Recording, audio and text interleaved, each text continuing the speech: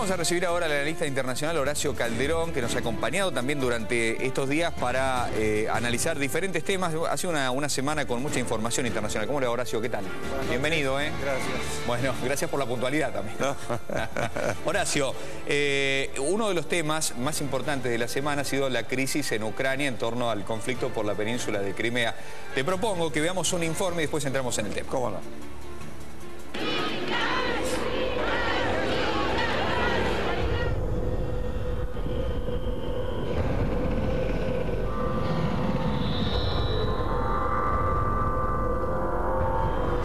У нас сегодня очень радостный, светлый праздничный день.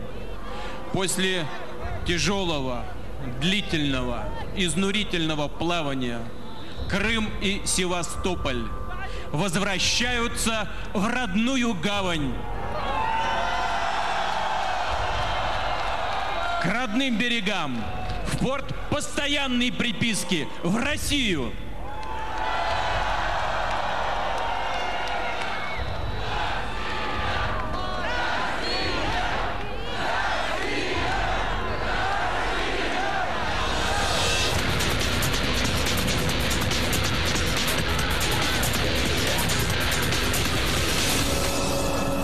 Join Poland and the international community in condemning the continuing assault on Ukraine's sovereignty and territorial integrity and the blatant violation of international law by Mr. Putin and Russia.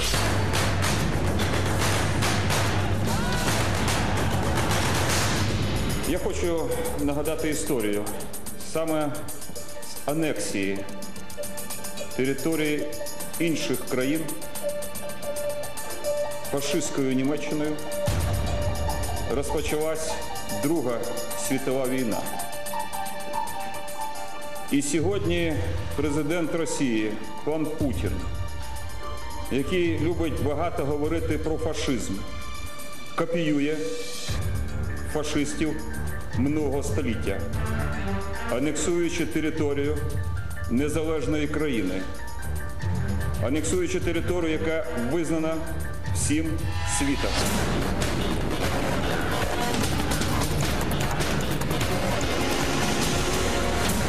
Мы вместе много сделали, но предстоит сделать еще больше. Предстоит решить очень много задач. Но я знаю, я уверен, мы все преодолеем, все решим, потому что мы вместе. Слава России!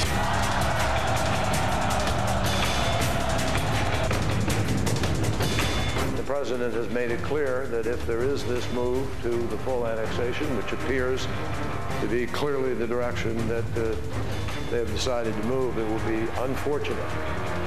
And it will not be because we want to create some kind of confrontation, but because there is no choice but to enforce the standards that the international community has worked on for so long.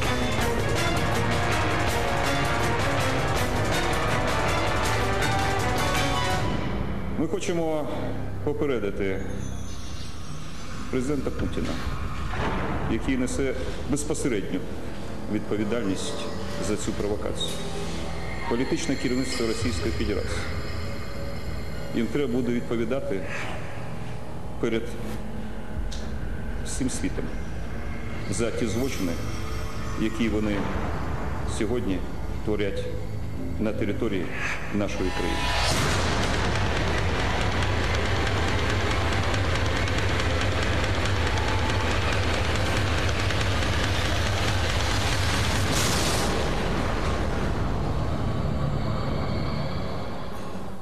Bueno, ahora sí vamos a hablar con Calderón. Da la impresión de que a partir de esta crisis, pero con el antecedente de la crisis de Siria también, Rusia está jugando un papel cada vez más protagónico en el ámbito internacional. Hoy leía en algún análisis en los diarios de que Estados Unidos progresivamente está pasando de ser el único polo de poder con alcance mundial y ceder un segundo lugar, digamos, a Rusia, China, India, otras potencias que vienen como disputando esa primacía. ¿Eso es así o no?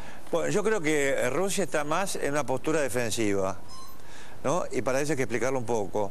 Es decir, luego del advenimiento de Putin, que consideró la caída de de la Unión Soviética, la peor catástrofe geopolítica del siglo XX, ha habido como, una especie de intento de reconstituir la periferia de Rusia, como estaba configurado durante la Unión Soviética, a efectos de poder librar en terreno ajeno una potencial guerra defensiva.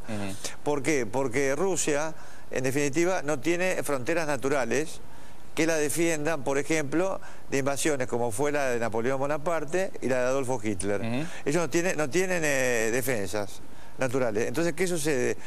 Tienen necesariamente que librar sus guerras o prevenir las guerras teniendo estados amortiguadores o zonas de amortiguación, buffers, states en inglés, para evitar justamente que pueda ser atacado. Entonces, ¿qué sucede? Primero que todo, la cuestión de Ucrania, a Rusia le importaba muchísimo, por lo menos una Ucrania neutral, pero nunca una Ucrania pro-occidental. Claro. ¿No? Acá, y es una cuestión, Bernardo, que se está amasando hace muchos siglos, no es algo nuevo, esta especie de división territorial que hay dentro de Ucrania, la parte oriental prorrusa y la parte occidental de... Porque hay que recordar de que Crimea perteneció tradicionalmente a Rusia hasta los años 50 o 60, ¿no? Exacto, se fue alternando hasta que Nikita Khrushchev, presidente de la Unión Soviética, el presidio, de origen ucraniano, cede, sin ningún tipo de referéndum, Crimea a Ucrania.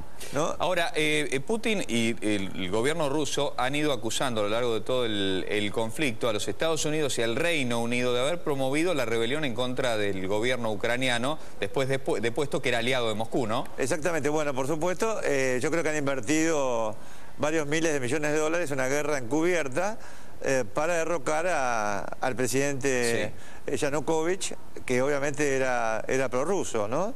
Pero esto es una cuestión que hay que analizarlo dentro del marco de un fin de ciclo histórico a nivel mundial y de cambio generacional y de una especie de reacomodamiento de las grandes potencias, incluyendo a China y a Rusia, en el tablero del poder mundial. Sí, ¿y el ciclo que se termina cuál es? El ciclo histórico que termina, bueno, que acabamos de ver, que comienza con una especie de resurgimiento del antiguo imperio persa, lo vemos con una nueva clave, por supuesto, es Irán, me refiero a Irán, el antiguo imperio otomano con otras claves, ahora encaminado hacia una especie de islamismo, entre comillas, moderado, por primera vez en 500 años, no voy a hablar del Santo Padre, que no es, ¿cómo se llama? Que es el primer papa, por supuesto, de origen no europeo en 500 años, además, eso.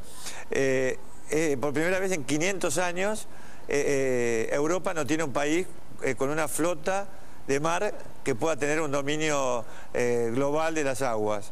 O sea, la única armada que existe en este momento, cuando me refiero al aspecto naval militar, es la de los Estados Unidos, que dominan los océanos. O sea que toda esta cuestión yo creo que es característica de este final de ciclo, y por ahí vemos estos crujidos, como las mal llamadas rebeliones árabes, etcétera, detrás de las cuales obviamente ha habido potencias como Estados Unidos, Francia, Gran Bretaña, entre otras, que han aprovechado este final de ciclo histórico, estos reacomodos, ¿para qué? Para capturar este tipo de rebeliones o de protestas, etcétera, y encaminarlas hacia sus propias esferas de influencia y defensa de sus intereses. ¿Es demasiado, simplificar demasiado las cosas, decir que Estados Unidos y sus aliados querían poner un pie prácticamente en las narices de Rusia con esta serie de sucesos, o no? No, es totalmente correcto, ¿no? Porque ellos han promovido un cambio de régimen en Ucrania, ¿no? Entonces, ¿con qué objetivo? Porque Ucrania, sumada a la Unión Europea y eventualmente a la OTAN, tendría prácticamente o daría la ventaja a esta alianza atlántica de tener una base dentro del territorio ucraniano. Por eso, sin por supuesto que uno apruebe una política de corte también, a lo mejor llamado imperialista por parte de Rusia, pero Rusia en definitiva se está defendiendo de esto. Y yo creo que además de Crimea, esto no queda acá. Yo creo que van a ir por es muy difícil de pronunciar, Transnistria, que quiere decir, es una región autónoma, ¿no?, que linda entre Moldavia y Ucrania.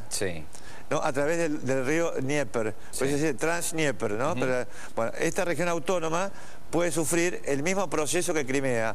De hecho, ya el presidente del Presidium, aunque suene prosoviético, ellos no son, tienen incluso la hoz y el martillo, todavía la bandera, van a llamar a un referéndum para anexarse a Rusia. ¿Y qué pasaría, Horacio, entonces, en el supuesto de que Ucrania finalmente ingresara en la Unión Europea o tuviera un régimen, un gobierno marcadamente pro-occidental, pro-Estados Unidos, el Reino Unido y demás? ¿Eso incrementaría las posibilidades de que haya una guerra en la región o no?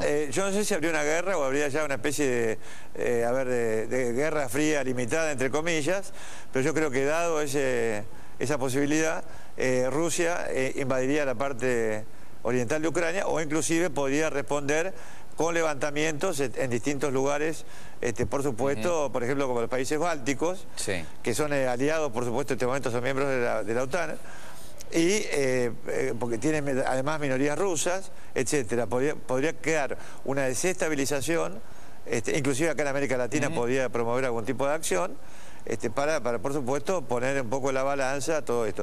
Pero hay que tener en cuenta una cosa, Putin está ganando una gran batalla, pero la guerra Rusia, yo creo que en definitiva a largo plazo podría llegar a perderla por el enorme poder que tiene Estados Unidos y que, contrariamente a lo que se dice, no va hacia un mundo necesariamente multipolar, sino que va a ser la potencia hegemónica por lo que resta de este siglo, por el enorme poder militar que tiene. Hay que recalcar que el presupuesto de defensa, el último, y eso que hay reducciones, de los Estados Unidos equivale a la suma de los 10 países o de las 10 potencias que lo siguen. Y que en definitiva el poder bélico con que cuenta este país, además de las flotas de portaaviones, etcétera, equivale a los 20 países que lo siguen. De manera tal que hablar, uno ve un portaaviones chino nuevo, que China pueda eventualmente ser un contrapeso a Estados Unidos, es muy difícil. Lo que yo sí puedo llegar a ver es una alianza, si no estratégica, por lo menos de conveniencia, entre países como China, como Rusia, entre tantos otros, para contrarrestar el poder creciente de Estados Unidos. Ahora, lo que yo avisoro con respecto a Rusia, Rusia se tiene cercada, se considera cercada. Rusia tiene una nueva doctrina militar, yo no muestro el libro acá, porque obviamente es un libro gratuito que a mí me envía, por ejemplo, el colegio de la Escuela de Guerra del Ejército de los Estados Unidos. Y está acá la doctrina del año 2010 de Rusia, que eso es muy importante, que contiene partes secretas que no se conocen o que no se dan a conocer, pero que Rusia incluso considera, a diferencia de la época soviética, el derecho a hacer ataques nucleares preventivos si ve que su integridad territorial se ve amenazada. ¿Ataques nucleares preventivos? Preventivos. Estoy hablando de la doctrina rusa del año 2010. Ese es un tema. El segundo tema, que es muy importante porque estamos hablando de Rusia, es que ellos ya no hablan tanto de amenazas a su seguridad. Ellos hablan de peligros para su seguridad. Y entre los peligros para su seguridad está, primer punto, que esto está en inglés, aparte no hubo tiempo de preparar un gráfico para mostrarlo, el primer punto que ellos consideran un peligro actualmente para su doctrina es que la OTAN se expanda a países vecinos a ellos o que formaron parte de su periferia durante la época de la Unión Soviética. Segundo, considera también un peligro que Estados Unidos u otros actores promuevan la desestabilización de países que, por supuesto, forman parte del cordón geopolítico defensivo. Por ejemplo, Chechenia. Porque hay que tener en cuenta que los chacales estos de Chechenia que asesinaron, recordemos, una cantidad enorme de chicos en un colegio, todo eso, liderado por el checheno Basil Besayev, que fue asesinado por el servicio secreto ruso, estaba respaldado por Gran Bretaña. Él tenía sus voceros en Gran Bretaña. De manera tal que incluso Estados Unidos y sus aliados han proclamado la guerra contra el terrorismo y no han tenido ningún problema en aliarse con Al-Qaeda, por ejemplo, para derrocarlo a Gaddafi y mandarlo a asesinar, porque eso fue el resultado, e intentar lo mismo con Siria. Sin que uno, por supuesto, defienda necesariamente al régimen de ese país.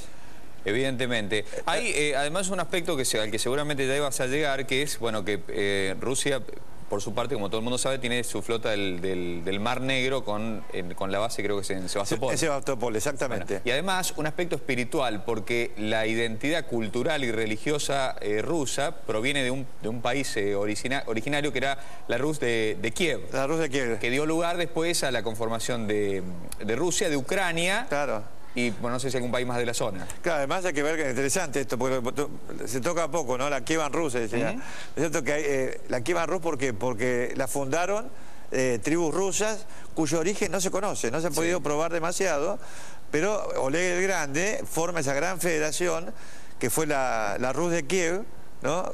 Formada por tribus que luego se convierten con Vladimiro Basilio, que es San Vladimiro. Se convierten masivamente, el primero, al cristianismo. ¿No? Entonces eso se expande y por eso el problema que hay hasta hoy, yo tengo amigos ucranianos del rito bizantino que viven en la parte occidental, por ejemplo, y he escuchado mucho de ellos, todo esto, es decir, la reivindicación que hacen de que en realidad Ucrania parió a Rusia y no que Rusia pareó a Ucrania o algo por el estilo, ahí, incluyendo a Bielorrusia. Porque en este momento, para Rusia, Bielorrusia y Ucrania son un punto bajo el cual de ninguna manera van a transigir y permitir, por ejemplo, que la OTAN avance sobre esos territorios para poder cercarlos, ¿no? Que ponga un pie en la zona. Smolensk, por ejemplo, la ciudad de Smolensk, linda con Rusia. Entonces, al no tener Rusia una línea de defensa, como puede ser Irán, Irán tiene una cadena montañosa que lo defiende. Por ejemplo, Saddam Hussein estrelló 1 millón de soldados pero perfectamente armados contra las montañas y nunca pudo vencer a los iraníes por eso. Rusia no tiene nada. Rusia ha sido invadida por Napoleón y por Adolfo Hitler, y aún dicen ahora, no, pero Europa no está en condiciones de invadir Rusia, entonces ¿para qué la necesidad de contar con zonas de amortiguación que en definitiva perjudican la soberanía de esos países? Pero claro, los rusos, que son bastante pesimistas en todo, sus características, su filosofía, son realmente pesimistas, algo que los alemanes siempre han criticado, el pesimismo ruso. Ellos, en definitiva, dice que no pueden asegurar que el día de mañana, así como no estaba armado Napoleón para invadir Rusia, no estaba o Adolfo Hitler, ellos sufrieron una invasión que les costó millones de vidas. Entonces no pueden asegurar que dentro de 4, 5 o 10 años, por ejemplo, la Unión Europea o una Alianza Atlántica, etcétera, pueda invadirlos. Pueda invadirlos. Claro, y además con los medios con los que se cuentan ahora, porque siempre se dijo que, digamos, que Napoleón no tenía los medios necesarios para mantener una cadena de abastecimiento que llegara desde París hasta Moscú.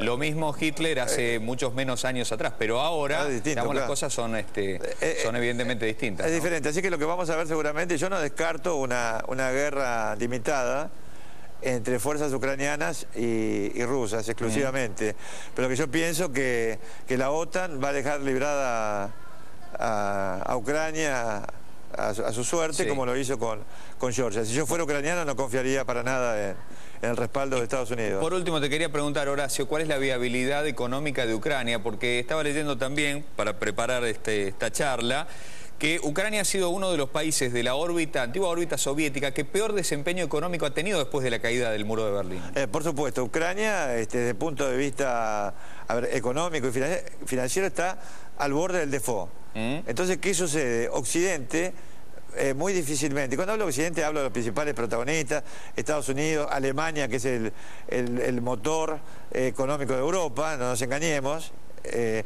Tal vez Polonia pudiera agregar algo, no en materia de dinero, pero a nivel de presencia en este país. Pero en definitiva van a alargar a la deriva a Ucrania porque nadie se va a hacer cargo no solamente del posible default de Ucrania, sino de financiarlo. En cambio, Rusia tiene nada menos que 500.000 millones de dólares de reserva. Y además una cuestión, Rusia considera que está en peligro su existencia con esto. O sea, no es un invento de uno, lo dice la doctrina militar de ellos, el pensamiento de los estrategas rusos. Entonces van a defender esto, o sea, sus posiciones en Ucrania y en Bielorrusia y en el trance Dnieper, como si dependiera el futuro de la existencia y la continuidad histórica de su país. Contra un bloque momentáneamente aliados, Estados Unidos, Alemania, Polonia, etcétera, que no consideran el tema Ucrania algo de tipo existencial, sino que simplemente hay en juego razones de tipo geopolíticas, geoestratégicas y también económicas por el tema del gas que pasa. Eso te quería preguntar antes de terminar, porque hay que ver, digamos, hay que preguntarse a quién perjudica más esta serie de sanciones económicas en el intercambio, por un lado, entre Rusia y la Unión Europea y entre Rusia y Estados Unidos. ¿Los europeos hasta qué punto dependen del gas que viene de Rusia y que atraviesa Ucrania? Bueno, depende muchísimo de eso, y si no consiguen una alternativa van a sufrir mucho. Y yo creo que Rusia tiene muchas armas en sus manos, desde el punto de vista económico, para responder a las sanciones que se intentan implantar. Yo creo que Putin se debe estar riendo en este momento de Barack Obama y el resto de los actores que en materia económica, ¿no? Y además le dieron la oportunidad a través de toda esta crisis. Veíamos, creo que no sé si fue esta semana o la semana anterior, ese solemne acto que se realizó en el Kremlin, donde Putin anunciaba, firmaba el decreto de anexión de Crimea, referéndum de por medio, por supuesto, pero era una anexión al fin y al cabo. Era un acto, pero no sé, no quiero traer recuerdos propios, pero así me recordaba mucho a las plazas de Galtieri. De Galtieri, ¿no? Sí. Pero el tema es el siguiente. Con la salvedad de que esta vez esto no parece que sea reversible. No es en absoluto. No solamente no es reversible lo de Crimea, sino que el Transdnieper, que linda entre Moldavia y Ucrania, yo lo veo que en un futuro próximo podría ser tomado por fuerzas rusas, y a la medida que Rusia se ve amenazada va a avanzar con posiblemente alguna sublevación en Ucrania del Este que le dé una justificación para poder aportar tropas, porque eso también está en la doctrina del año 2010, que tienen derecho a enviar tropas al exterior para defender la vida de las minorías rusas que viven en el extranjero. Horacio, muchísimas gracias. Por favor, muy amable. Como siempre. El analista internacional Horacio Calderón.